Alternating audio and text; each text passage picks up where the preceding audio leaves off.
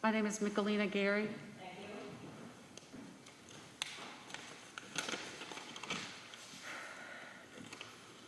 My name is Michelina Stoddard Gary.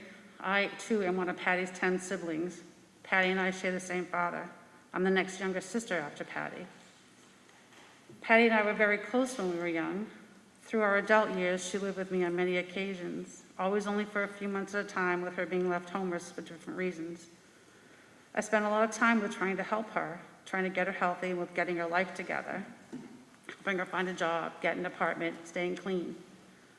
We drank a lot of tea, we played a lot of Scrabble. My sons got to be very close with her during those times, often one of them giving up a bedroom for her.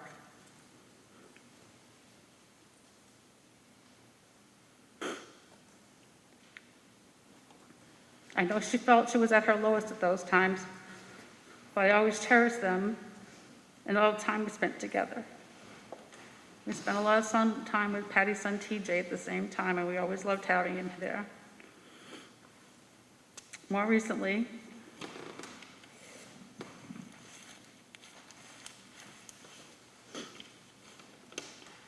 Patty and I hadn't talked for a while, until when one of my sons needed a place to stay in Portland. He told me he'd been staying with Patty for a few weeks, and I reached out to her. Our conversation started out benign, but as the weeks went by, turned into arguments over the fact that I wouldn't give her any money. I told her I knew she would only use it for drugs, and I didn't want to add to her addiction. The last time I talked to her was in anger, and I never got to say I love you one last time. I know in my heart that my sister loves me, and I surely love her. I had always hoped that one day she would pry herself away from that life and become her caring, loving self again, hoping that she'd mend her relationship with the rest of our family, in particular with her son. Now that she is gone, I realize two things. One, that she will never have a chance to be able to overcome that way of life and reunite with us. And that two, she is now free of that way of life and will never have to live that life again. On some strange level, I find comfort in that. From the bottom of my heart, I appreciate that you have pledged. If I could just ask you to put your mask up. Oh, sorry. It's fogging up my glasses and tears. I truly appreciate the fact that you have pled guilty and taking responsibility for what happened, especially so that it spares her son and the rest of our family the pain of having to face a trial. I know that Patty was guilty of physical and mental abuse towards you, but I don't believe that death should have been her punishment, much less that you should be her judge and executioner. I will always wonder why you didn't call the police or throw her out the door, or why you simply didn't leave the apartment that day yourself. I will always be sad that my sister died so violently. I will always be sad that my sister is gone. My heart aches that my sweet nephew and his son will never see Patty again. I have prayed for your family. They too are victims in this crime. I cannot imagine the anguish they have felt through this ordeal and will continue to have in the future. I know it has hurt our family immeasurably, but I'm not sure you truly comprehend how much this must have impacted your family as well, and how it's going to continue to hurt and haunt them. I have prayed that they find peace and comfort. My sister's life was more than drugs and physical abuse. Excuse me.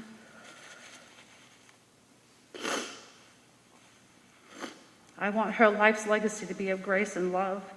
I have started a memorial fund in her honor at New Hope Women's Shelter so that maybe someone else in her position there will see that with help there is a way out of that life. Lastly, and I speak for myself only at this time and not for the rest of my family, I had more anger and hate towards you than I knew what to do with for a while. It had been a terrible burden on my heart. And after much prayer, the only way I know to free myself from that hate and anger and to not carry that unbearable burden anymore is to forgive you. I forgive you for what you have done to my sister, but in doing so, I want you to understand that this doesn't mean I condone what you did in any way. I am simply handing all of my anger and all of your punishment to God. It is now and always will be in His hands. Thank you. She loved her family, animals, plants, flowers, and the ocean, and we all loved her very much. It had been a very long time since her and I had sat and talked over a cup of tea, recalling funny stories from our younger days, but I never lost hope that one day she would be able to find the help that she needed in order to be happy and stay sober. Her entire family held on to that hope.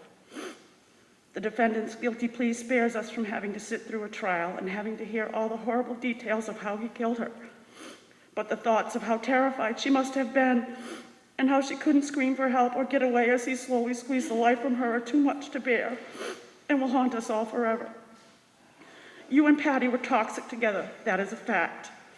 However, you could have walked away at any time. On that awful day, you could have simply left. Instead, you made a conscious decision to harm her. In the several minutes that it took you to strangle her to death, did you even think of her as a person? Only a person that is truly sick and evil could murder a person with their own hands. Your complete and total disregard for Patty and her life is unforgivable, in my opinion, and the charge of depraved indifference murder could not be more appropriate. On behalf of my entire family, Your Honor, I would ask that you impose the maximum sentence allowed. Any request for mercy on his behalf should be compared to the amount of mercy he showed for Patty, which is none. I only wish there was a stronger punishment for him. Thank you. Hi, I'm Ramona. I was the youngest of the sisters. Patty being the older sister. I always envied her and I looked up to her. She was always so glamorous and exciting. She had gorgeous hair and she had a smile that would just light up a room.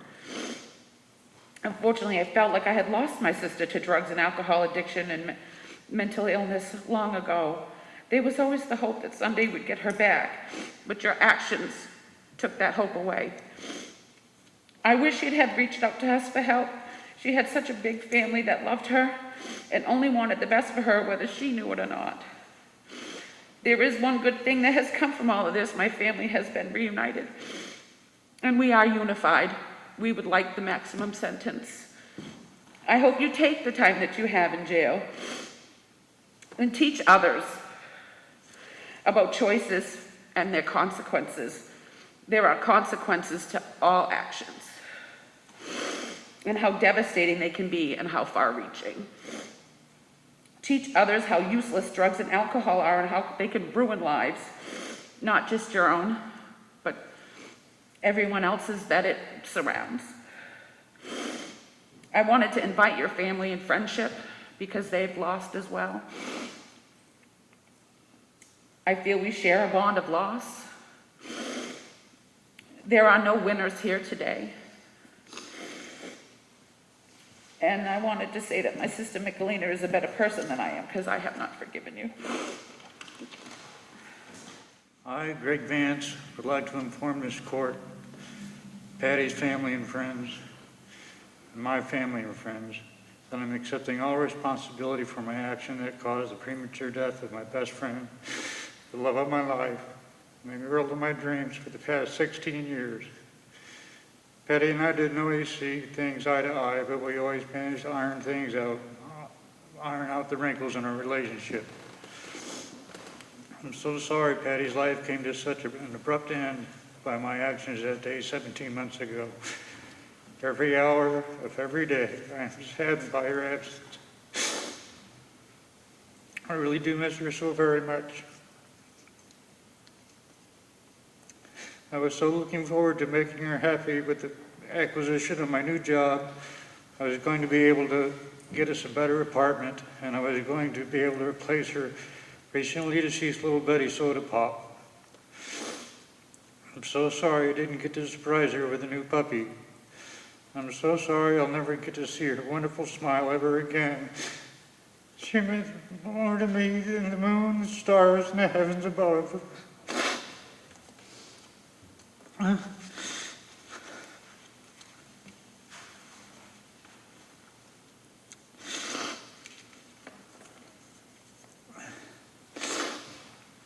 I would give anything to have her back with me. I know I've taken your sister away, your mother away, and your grandmother away, and your friend away. I can't tell you how sorry I am to bring as much grief into so many lives. You nor Patty deserve the outcome of my actions. I know I have no right to ask anything of you, but I would like to beg your forgiveness. I deserve your hatred, but hatred will only make you mean and bitter. Enjoy what precious little time you have with your family and loved ones. Life is too short to spend your emotions hating. I know I've made a severe lapse of judgment, and I must now suffer the consequences. No one is perfect, and we all make mistakes. I know I can never change what I have done. Not a day goes by that I don't stop and think about what I've done, all the sorrow I brought to not only your family, but to mine also.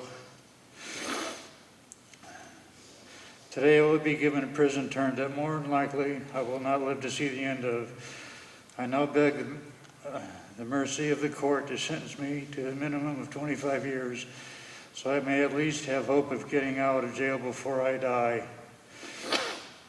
Having a family history of Parkinson's and Alzheimer's, I will be lucky to live to the age of 70 with a clear mind. Even the minimum sentence, I will be 81 when I am released. Having the hope of getting out at 81 may keep me alive to serve out my sentence and die a free man. Please don't let me die in jail.